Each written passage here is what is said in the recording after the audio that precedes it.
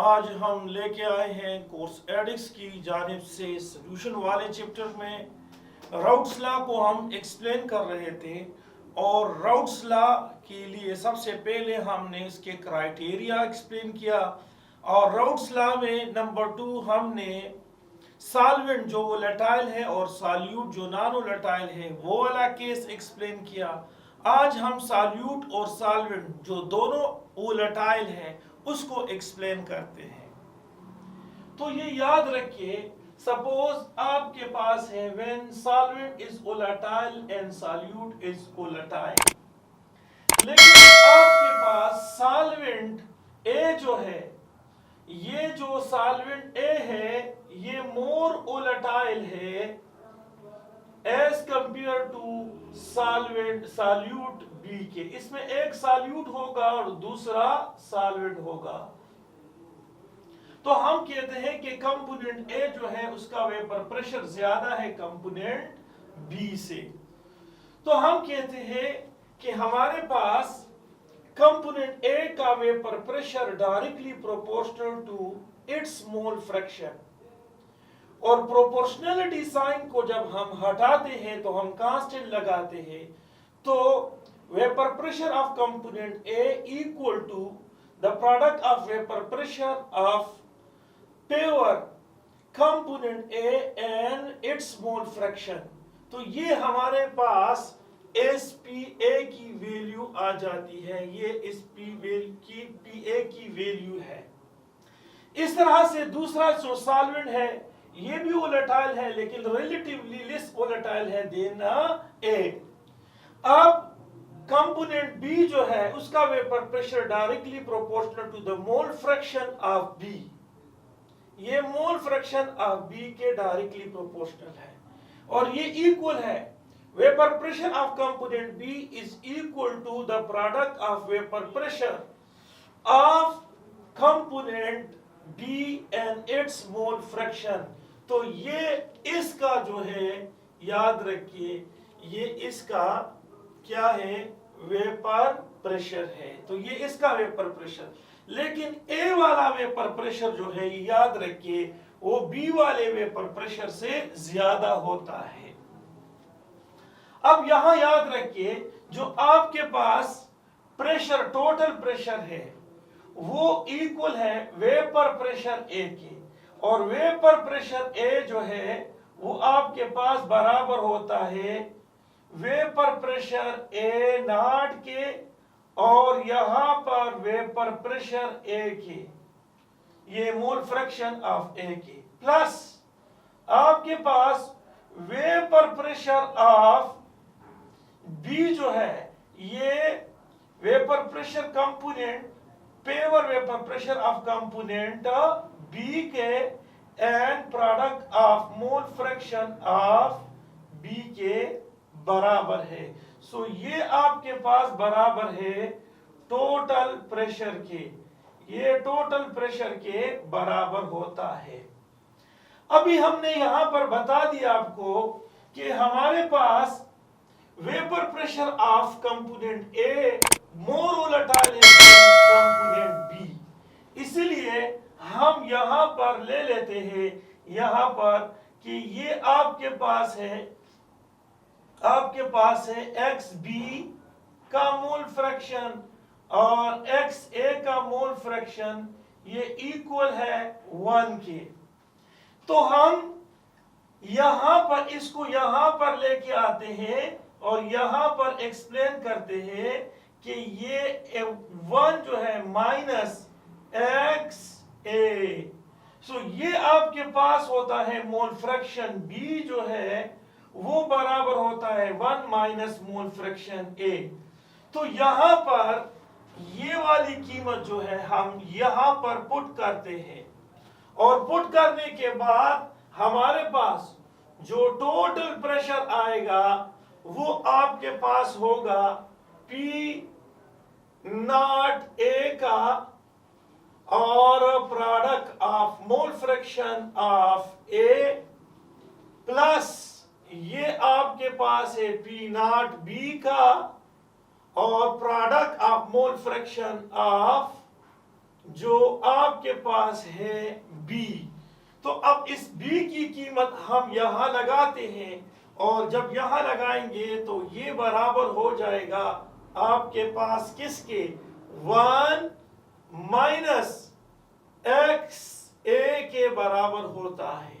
अब होगा क्या, इसको हम मल्टीप्लाई करते हैं, ये देखिए टोटल प्रेशर, ये देखिए vapour pressure of component, pure vapour pressure of component A and its mole fraction, और इसको हम मल्टीप्लाई करते हैं पी नॉट ये बी कंपोनेंट का और माइनस आपके पास आएगा पी नॉट बी और कंपोनेंट ए आएगा। अब क्या करते हैं कि इसको हम रीअरेंज करते हैं, इसको हम रीअरेंज करते हैं किस तरह से। अब देखिए आपके पास है पी नॉट ए और यह आपके पास है एक्स, माइनस इसको माइनस लगाते हैं पी नॉट बी और यहां पर एक्स ए आ जाता है, और यहां आपके पास आ जाता है क्या, यहां आपके पास आ जाता है पी नॉट की बी, और ये देखिए हमारे पास ये टोटल प्रेशर। अब इसको हम यू इस साइड पे लेके आते हैं तो पी नॉट बी जो है ये पॉजिटिव में होगा और प्लस होगा, ये देखिए ये प्लस है, साइन पॉजिटिव है यहां पर, तो ये पॉजिटिव साइन में है, और यहां हम लगाते हैं पी नॉट ए का vapour pressure minus P naught B का वेपर प्रेशर, और यहां लगाते हैं एक्स ए, ये एक्स ए, तो ये आपके पास टोटल प्रेशर हो गया। अब देखिए वेपर प्रेशर ऑफ ए ज्यादा है than the vapour pressure of B, यानी ये मोर वोलेटाइल है एज कंपेयर टू बी के। लेकिन आप इस तरह से भी ले सकते हैं, जब आपके पास ये पी नॉट बी जो है अगर ये मोर वोलेटाइल हो पी नॉट ए से, तो फिर उस सूरत में आपके पास जो क्वेश्चन बनता है वो पी नॉट है और यहां पर आएगा पी नॉट ए, यहां पर पी नॉट बी माइनस यहां पर पी नॉट ए, और यहां पर आपके पास आएगा एक्स बी। जब आपके पास कंपोनेंट बी मोर वोलेटाइल हो, लेकिन अगर आपके पास कंपोनेंट ए ये मोर वोलेटाइल है देन द कंपोनेंट बी, तो फिर आपने इस वाले इक्वेशन को लागू करना है, जो भी हो आपने इसी तरह से इसको लगाना है। अब देखिए हम इसके लिए एक ग्राफिकल रिप्रेजेंटेशन कर लेते हैं, इसके लिए एक ग्राफिकल रिप्रेजेंटेशन आपके सामने एक्सप्लेन करते हैं। ग्राफिकल रिप्रेजेंटेशन, वो ग्राफिकल रिप्रेजेंटेशन किस तरह से है, सबसे पहले हम जाते हैं यहां पर इसको एक्सप्लेन करते हैं कि अगर आपके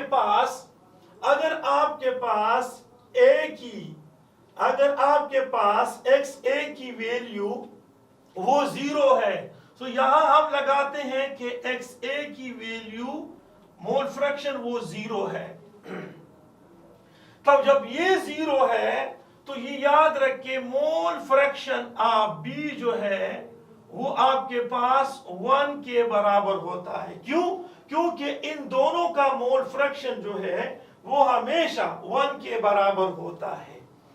तो यहां पर याद रखिए अगर ये आपके पास 0 है तो फिर क्या होगा, ये याद रखिए आपके पास ये 1 के बराबर है, अगर ये आपके पास 1 के बराबर है, ये आपके पास 0 है और ये 1 के बराबर है, तो देखो पी बी जो है वो बराबर होगा पी नॉट बी के। तो यहां पर हम लगाते हैं कि पी नॉट बी के ये वैल्यू लगाते हैं, इतना वेपर प्रेशर है जब आपके पास बिल्कुल बी पेवर कंपोनेंट की फॉर्म में मौजूद होता है।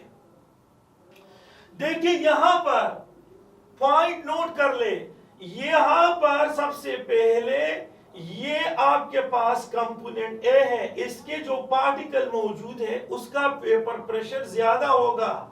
यहां कंपोनेंट बी है जो कि डार्क पार्टिकल की शक्ल में हमने लिखा है, इसके वेपर प्रेशर ज्यादा होगा। लेकिन जब इन दोनों को हम मिलाते हैं तो सरफेस पे पार्टिकल डार्क भी आता है और ब्राइट भी आ जाता है।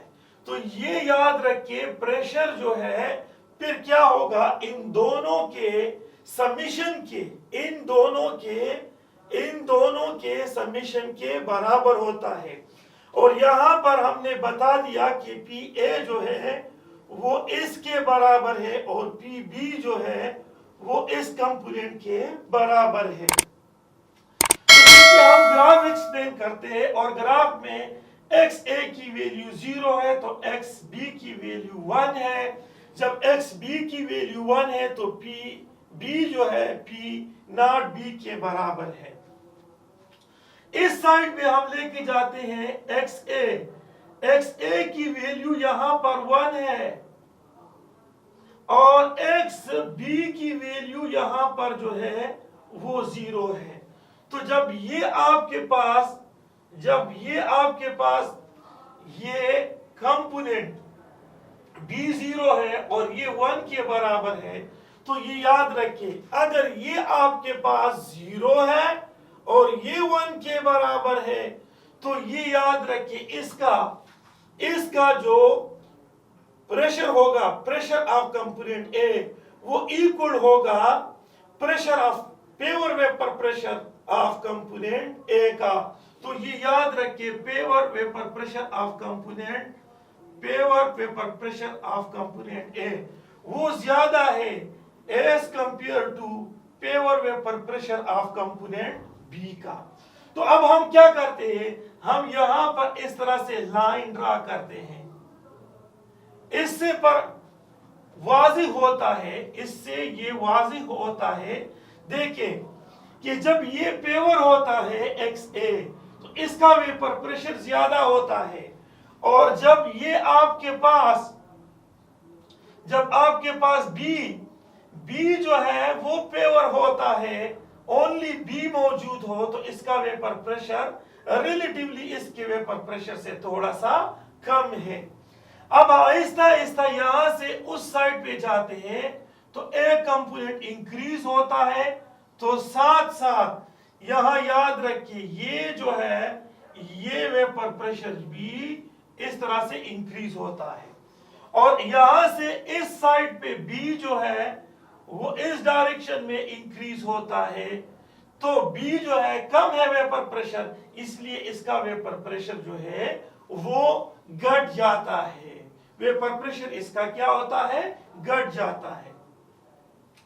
अब हमारे पास है, याद रखिए, ये टोटल वेपर प्रेशर, अगर हम टोटल वेपर प्रेशर की बात कर ले तो देखिए अब आपके पास अगर ये कंपोनेंट 0 के बराबर है, यानी ये 0, तो ये सारा फैक्टर 0, तो टोटल प्रेशर यहां पर अब देखिए टोटल प्रेशर जो है वो बराबर होगा पी नॉट बी के। लेकिन अगर हमारे पास कंपोनेंट ए जो है वो 1 के बराबर है, तो फिर देखिए इस पी नॉट बी की वैल्यू भी 1 होगी, इस पी नॉट बी की वैल्यू भी 1 होगी, तो ये यहां से ये और इसको काटा जाता है, तो फिर टोटल प्रेशर पी नॉट ए के जो है यहां पर ये पी नॉट ए के जो है ये बराबर होता है। तो हम समझते हैं कि हमारे पास जो टोटल प्रेशर है वो बराबर होगा किसका, P not A plus P B, इन दोनों के समेशन के बराबर है। स्ट्रेट लाइन ये बताता है कि ये आइडियल सिचुएशन है, ये बताता है कि ए और बी कंपोनेंट के दरमियान कोई अट्रैक्शन, कोई रिपल्शन नहीं है। हाँ, कंपोनेंट ए जो है वो मोर वोलेटाइल है as compare to component B, तो ये स्ट्रेट लाइन आपको मिल जाती है, ये स्ट्रेट लाइन मिल जाती है। अब हमारे पास है टॉपिक कि ये जो एजियोट्रॉपिक मिक्सचर है, एजियोट्रॉपिक मिक्सचर है, जो एजियोट्रॉपिक मिक्सचर है वो क्या होता है? देखिए एजियोट्रॉपिक मिक्सचर जो है इसमें दोनों कंपोनेंट, बोथ कंपोनेंट जो है आर लिक्विड स्टेट, वो लिक्विड स्टेट में होते हैं, दोनों कंपोनेंट लिक्विड स्टेट में होते हैं। इसकी क्या होती है? एक फिक्स्ड कंपोजिशन होती है, दोनों लिक्विड की एक फिक्स कंपोजिशन होती है। और ये याद रखिए ये कांस्टेंट बॉइलिंग पॉइंट सॉल्यूशन है, कांस्टेंट बॉइलिंग पॉइंट सॉल्यूशन है। एक कांस्टेंट टेम्परेचर पे दोनों जो है वो बॉयल हो जाते हैं। It can not be not fractionally distillated, not fractional distillated, ये fractional distillated नहीं होता है, यानी इसके कंपोनेंट एक दूसरे से जुदा नहीं होते हैं। एजियोट्रॉपिक मिक्सचर इस किस्म का मिक्सचर होता है। याद रखिए मोल फ्रैक्शन ऑफ सॉल्वेंट का लिक्विड स्टेट में और बराबर होता है मोल फ्रैक्शन सॉल्वेंट का गैसियस स्टेट में बराबर होता है। इस तरह से मोल फ्रैक्शन सॉल्यूट का लिक्विड स्टेट में, और ये याद रखिए मोल फ्रैक्शन सॉल्यूट का गैसियस स्टेट में आपस में बराबर होता है। इसीलिए इसकी फिक्स्ड कांस्टेंट कंपोजिशन होती है and it can not be separated, इसको हम सेपरेट नहीं कर सकते हैं। तो हमारे पास ये याद रखिए, हमारे पास ये दो किस्म के एजियोट्रॉपिक मिक्सचर होते हैं। एक जो होता है वो पॉजिटिव डिविएशन को शो करता है, गौर से देखें, ये आपके पास ग्राफ है, ये देखिए ये ग्राफ है, ये आपके पास ग्राफ है। इस ग्राफ में आपके पास कंपोनेंट जो आपके पास था ए, इसका वेपर प्रेशर जो है वो ज्यादा था कंपोनेंट बी के वेपर प्रेशर के, जब वो पेवर फॉर्म में था। तो अब देखिए अगर हमारे पास एजियोट्रॉपिक मिक्सचर है, जो हमारे पास नॉन आइडियल मिक्सचर है, तो उसमें क्या होता है? उसमें यूं होता है कि यहां पर एक पॉजिटिव डिविएशन होता है, यानी एक्सपेक्टेड वैल्यू का जो वेपर प्रेशर है, ये वेपर प्रेशर जो टोटल वेपर प्रेशर है, ये एक्सपेक्टेड वैल्यू का वेपर प्रेशर है PA plus PB, expected value, इसका वेपर प्रेशर जो है वो ज्यादा है। ये देखिए ये पॉजिटिव डिविएशन है, पॉजिटिव डिविएशन यानी एक्सपेक्टेड वैल्यू से इसकी वैल्यू जो है वेपर प्रेशर जो है वो ज्यादा होता है, वेपर प्रेशर ज्यादा होता है, पॉजिटिव डिविएशन। और यहां याद रखिए ये क्या होगा कि इनके दरमियान ऐसे एजियोट्रॉपिक के दरमियान जो है यहां पर रिपल्शन होती है। रिपल्शन की वजह से, और रिपल्शन क्यों होती है कि यहां पर अमल जो है वो एंडोथर्मिक का होता है, एंडोथर्मिक का अमल होता है, और इसका वेपर जो है हाई वेपर प्रेशर होता है, और जब वेपर प्रेशर हाई होता है तो इसका लो बॉइलिंग पॉइंट होता है, क्योंकि बॉइलिंग पॉइंट में हम कहते हैं कि सिस्टम का वेपर प्रेशर एक्सटर्नल प्रेशर के बराबर होता है। जब सिस्टम ज्यादा वेपर प्रेशर शो करता है तो बॉइलिंग पॉइंट जो है वो कम होगा, लो बॉइलिंग पॉइंट एज़ोट्रॉपिक मिक्सचर होगा। और इसमें हमारे पास एग्जांपल है इथेनॉल का 95% और 5% जो है वाटर का। तो ये याद रखिए, ये आपको जो है देगा क्या, पॉजिटिव डिविएशन, और ये आप जो है इसका बॉइलिंग पॉइंट कम होगा और यहां पर रिपल्शन होगी, एक किस्म का एंडोथर्मिक प्रोसेस होगा। तो ये आपको पॉजिटिव डिविएशन शो करता है और ये एज़ोट्रॉपिक मिक्सचर है, लेकिन लो बॉइलिंग पॉइंट का।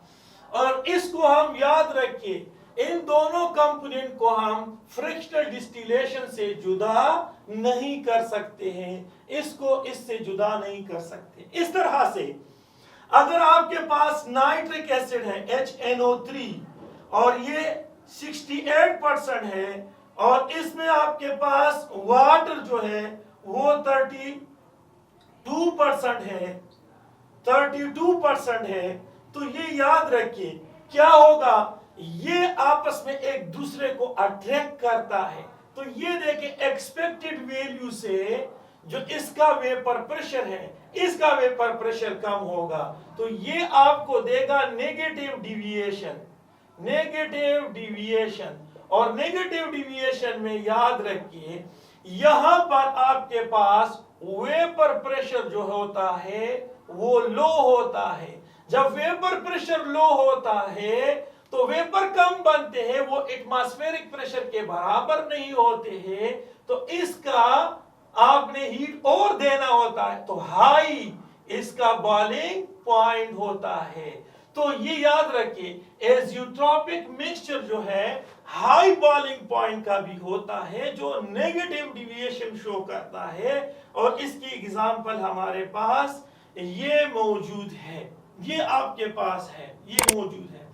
अब देखिए यहां आपके पास जो मैक्सिमम एरिया है, यहां आपने यहां से यहां तक आना है, तो यहां पर आपके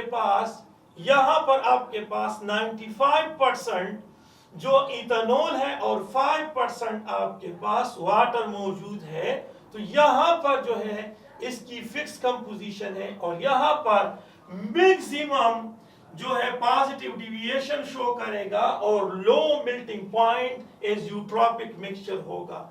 लेकिन यहां पर से अब देखिए यहां सबसे कम है, इस सूरत में यहां आपके पास 68% नाइट्रिक एसिड है, 32% जो है वो वाटर है, तो ये आपको नेगेटिव डिविएशन शो करता है। वेपर प्रेशर आपके पास यहां पर लो होता है और हाई बॉइलिंग पॉइंट ये होता है। So this is the total story about the routes law, और राउट्स लॉ के साथ साथ हमने एज़ोट्रॉपिक मिक्सचर भी एक्सप्लेन किया। Okay, thank you for watching this videos. Allah Hafiz.